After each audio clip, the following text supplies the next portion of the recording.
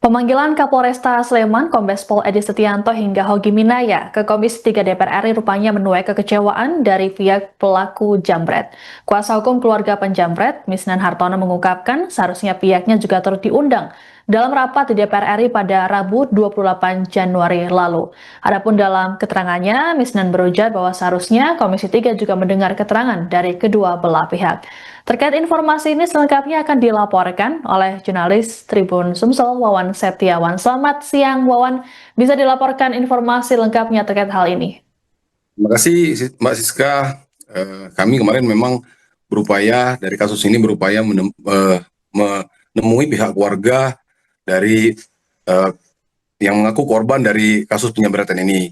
Kami berupaya untuk menemui, namun mereka mengarahkan kami langsung ke kuasa hukum, yaitu Bapak Misnan Hartono. Dari keterangan Bapak Misnan Hartono, setelah kami kulik bahwa pihaknya merasa kecewa dengan keputusan yang diperintahkan oleh pihak DPR RI Komisi 3. Karena memang mereka sudah berupaya untuk ikut dihadirkan dalam RDP tersebut. Namun beberapa hari sebelum RDP tersebut, mereka ternyata tidak turut dihadirkan. Kondisi ini membuat mereka kecewa karena mereka juga merasa mereka merasa korban karena dalam kejadian tersebut klien yang dibela meninggal dunia. Untuk itu mereka Bapak Misnan ini merasa kecewa. Harusnya pihak DPR RI juga mendengarkan keterangan dari mereka terkait kasus ini. Sampai kemarin mereka berbicara dengan saya bahwa melalui via telepon mereka sangat ingin pihak DPR itu juga mendengarkan keterangan mereka. Pak Misnan juga sangat menyayangkan DPR RI Komisi 3 selalu menyudutkan pihak Polres Sleman dan Kejaksaan Sleman, karena dalam proses perjalanan kasus ini Pak Misnan mengatakan bahwa pihak Polres Sleman dan Kejaksaan Sleman sudah berjalan dengan aturan yang berlaku atau proses hukum yang berlaku. Selain itu memang keterangan yang disampaikan kepada saya bahwa mereka sudah ada upaya untuk restorasi justice, bahkan sudah 1 kali pertemuan sebelum adanya RDP dengan Komisi 3 DPR RI. Bahkan sudah ada upaya untuk pertemuan kedua dari pihak korban dan tersangka gitu, Mbak Siska. Baik, terima kasih laporannya jurnalis Tribun Sumsel, Wawan Septian melaporkan terkait dengan respons dari pihak kuasa hukum penjambret di Pagar Alam. Selamat bertugas kembali.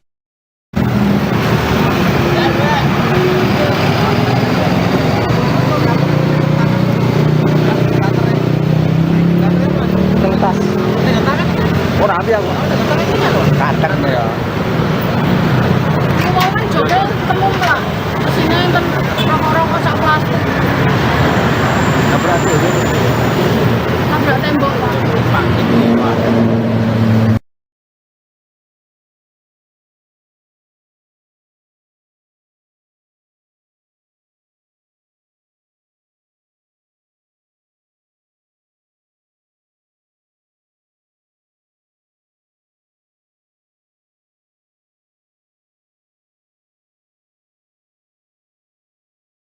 Dan menurut pendapat ahli yang kami dapatkan menunjukkan bahwa tidak adanya kasualitas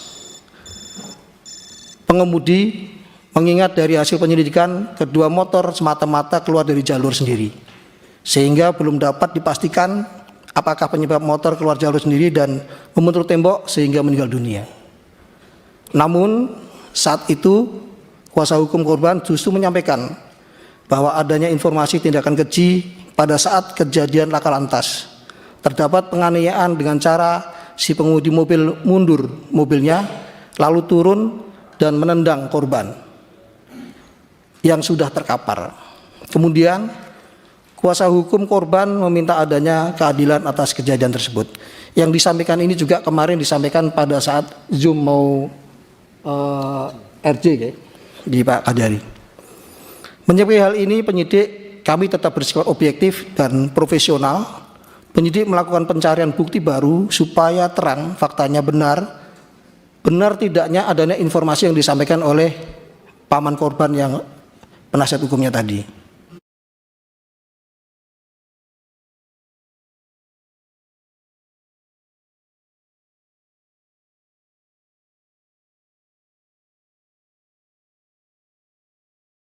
menjadi kesewenangan dalam proses peradilan pidana yang kami emban.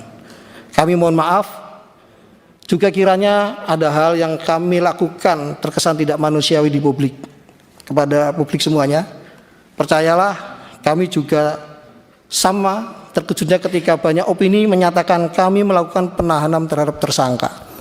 Sementara pada faktanya, bahkan ketika kuasa hukum meninggal dunia atau pelaku jambret bersurat kepada kami, merasa keberatan saudara Hogi tidak dilakukan penahanan. Setelah menuai polemik karena kasus suami yang jadi tersangka seusai membela istrinya dari pelaku jambret, Kapolresta Sleman, Kombes Pol Edi Setianto kini dinonaktifkan. Sebelumnya, Kombes Edi sempat dipanggil oleh Komisi 3 DPR RI dan dicecar terkait penanganan kasus pria bernama Hogi Minaya tersebut. Kombes Edi juga sempat menyampaikan permintaan maaf kepada Hogi dan istrinya dalam rapat di Kompleks Parlemen Senayan, Jakarta pada Rabu 28 Januari 2026. Selengkapnya mengenai kabar penonaktifan Kapolresta Sleman akan dilaporkan oleh jurnalis Tribunnews Abdi Rianda. Selamat siang Abdi, silakan dengan laporan lengkapnya. Ya, terima kasih rekan Rizka. Bisa saya laporkan terkait dengan penghentian sementara terhadap Kombes Edi Setianto dari jabatannya sebagai Kapolresta Sleman buntut dari kasus penetapan tersangka terhadap seorang suami atau seorang pria bernama Hogi Minaya yang dijadikan sebagai tersangka karena setelah membela sang istri dari peristiwa penjambretan beberapa waktu lalu. Karopenmas Divisi Humas Polri, Brigjen Truno Yudo Wisnu Andiko mengatakan memang putusan penghentian sementara ini dilakukan sesuai dengan rekomendasi hasil audit dengan tujuan tertentu atau ADTT dari Inspektorat Pengawasan Daerah atau Itwasda Polda Daerah Istimewa Yogyakarta atau DIY, sehingga memang penghentian sementara ini dilakukan. Brigjen Truno Yudo mengatakan alasan penghentian dari ADTT atau hasil audit dengan tujuan tertentu ini karena ditemukan adanya dugaan lemahnya pengawasan pimpinan sehingga proses penyidikan menimbulkan kegaduhan di masyarakat serta berdampak pada menurunnya citra Polri.